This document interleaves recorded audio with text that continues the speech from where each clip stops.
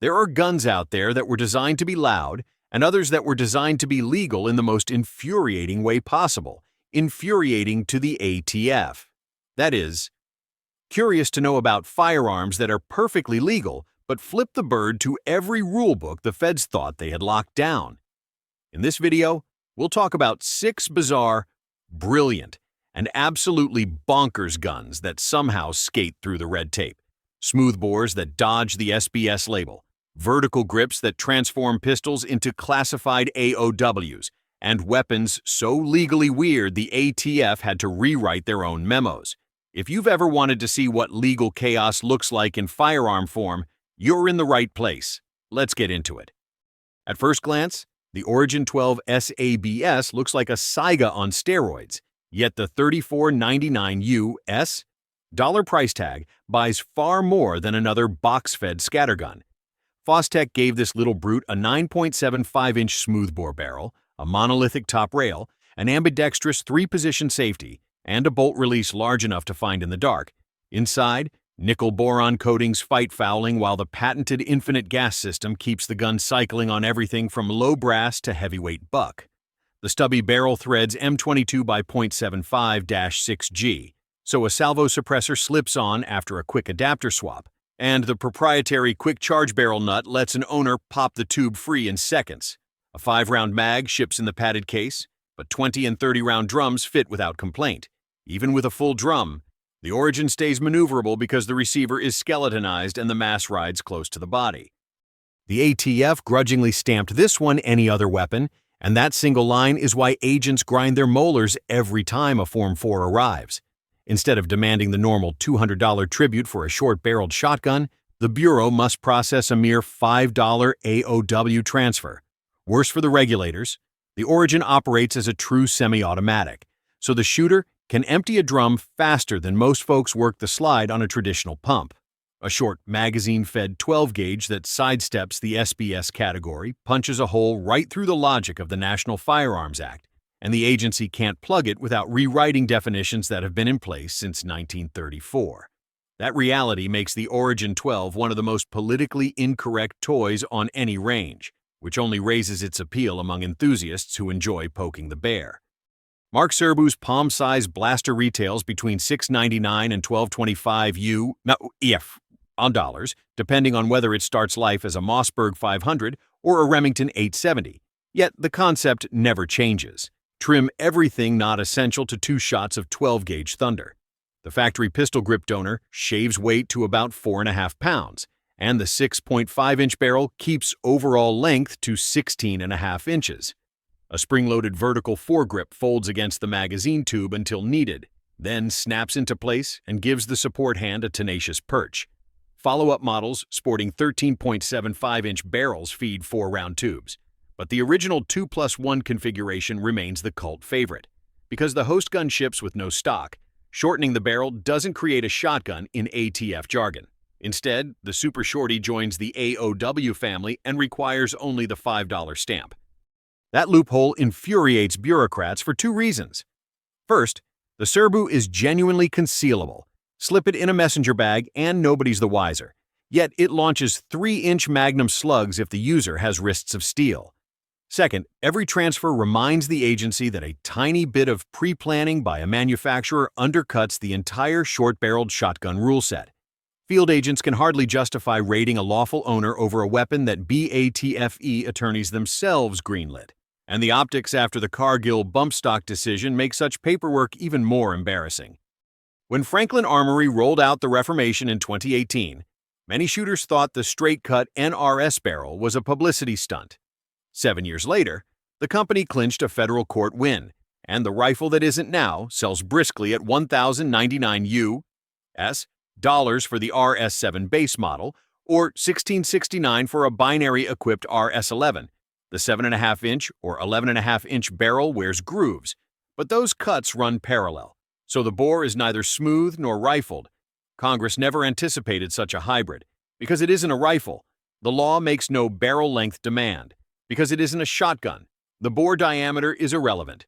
The result sits in Gun Control Act purgatory, a firearm transferable through any dealer in a free state with nothing more than a 4473 and a background check.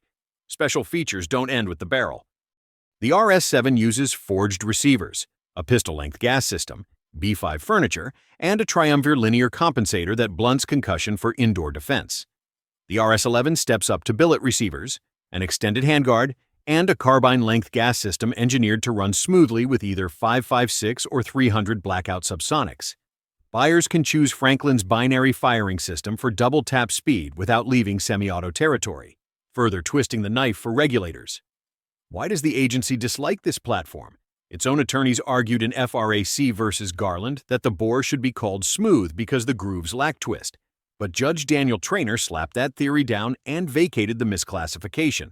Every reformation sold reminds the public that the ATF tried to rewrite statutory language and failed. Moreover, the gun delivers rifle energy from an SBR-size package without the tax stamp or the year-long wait. Sit in an NFA branch cubicle and picture thousands of spiralless barrels shipping to dealers. Morale would take a hit. Anti-gunners can't claim it's a machine gun or a sawn-off. The judge already ruled otherwise.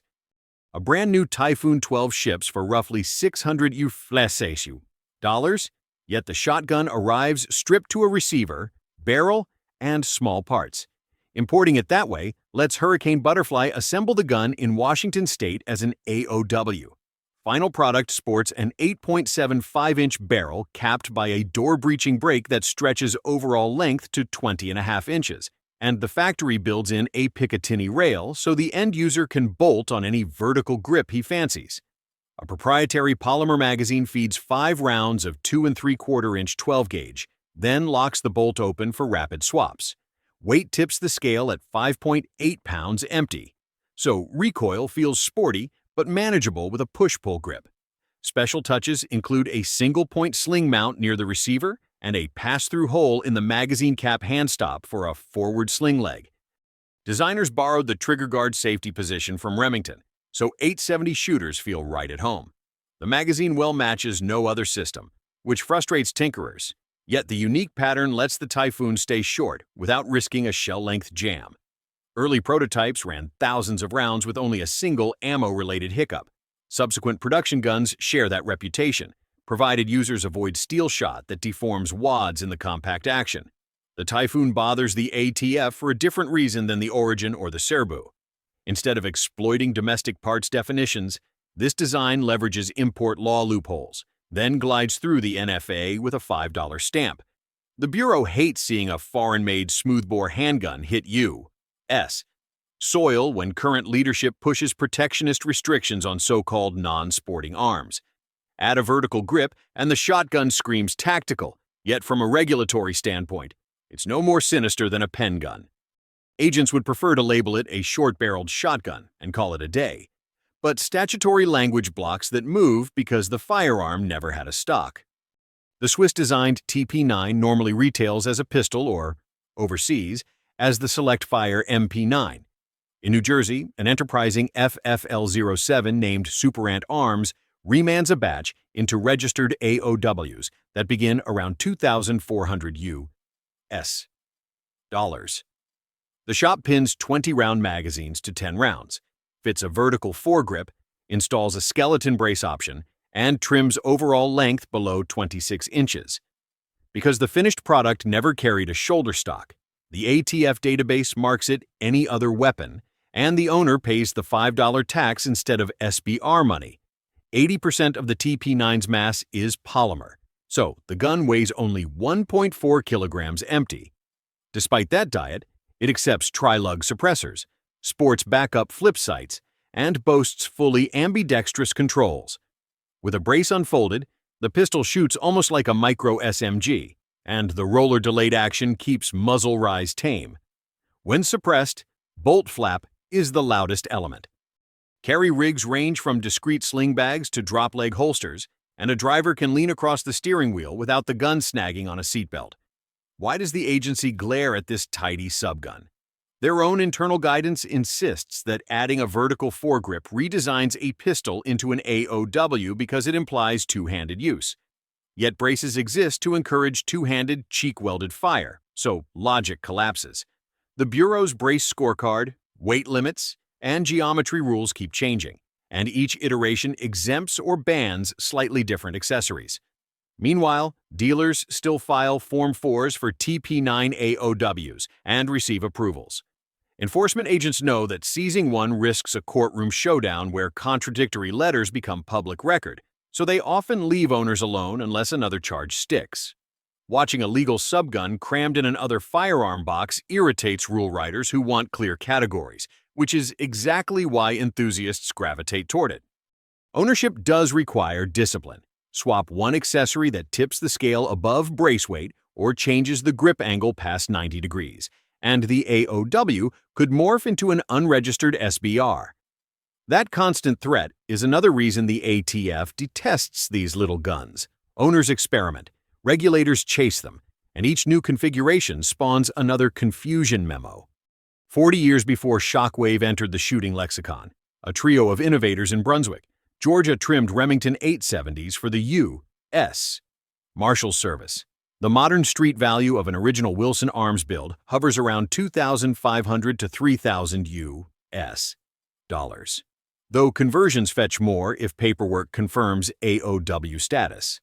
The barrel measures 12.5 inches, magazine capacity holds 4 shells, and overall length stops at 25 inches, just half an inch under rifle size. Wilson retained the wooden stock but carved it into a bird's head grip that angles recoil into the web of the hand rather than the wrist. A truncated forend clears the loading port on a full stroke, and the hand stop at the magazine cap doubles as a quick-detach sling-eye. Original Marshall's guns wore slotted shell lifters to clear double feeds, but many surviving examples carry the later flex tab upgrade. Most barrels use a modified wind choke to tighten patterns, and some owners have installed XS tritium beads for low-light indexing. The carry method remains the most celebrated feature. An upside-down sling under a blazer lets a deputy reach across, pop the snap, and draw the weapon in one fluid motion that looks like a magician pulling a bouquet from his sleeve. The ATF has a layered relationship with the WP-870. Early remakes were SBS conversions, so the $200 tax applied. Wilson later received Virgin receivers and built 50 units from scratch, forcing the Bureau to label them AOWs. That reclassification meant a Marshal could ditch 4 inches of barrel and pay a 97% cheaper tax. Bureaucrats saw reputational risk, 2 identical weapons subject to wildly different fees depending on paperwork timing. Regulators dislike inconsistencies that invite public ridicule, and the Witness Protection Series embodies that contradiction more visibly than any vintage scattergun. Pattern tests confirm Wilson's tweaks worked. Reduced recoil Ranger 9-pellet buck stays inside 8 inches at 15 yards, plenty tight for courtroom security or prisoner escort. Recoil flips the muzzle, yet the push-pull grip tames it once muscle memory sets in. Modern operators might reach for a short-barreled AR, but the psychological effect of racking a 12-gauge remains unrivaled. The WP-870 secured its place in pop culture through films such as Enemy of the State and Justified, and that screen presence keeps collectors hunting for registered examples. ATF agents who see one at a range know the weapon's lineage, and they remember internal debates over whether such cut-downs should exist outside agency armories. The fact that private citizens can legally shoulder a piece of Marshal Service history, sometimes for a tax no larger than the tip on a lunch order, is a sore reminder that statutory text, not agency whim, governs the firearms landscape. And that's a wrap. Which of the 6 ATF-hated firearms would you want in your safe? Or do you know another gun that flies under the radar and deserves a shout-out? Drop your thoughts in the comments. Don't forget to like, subscribe, and click the bell so you don't miss the next time a loophole breaks the internet or a bureaucrat's spirit. Thanks for watching.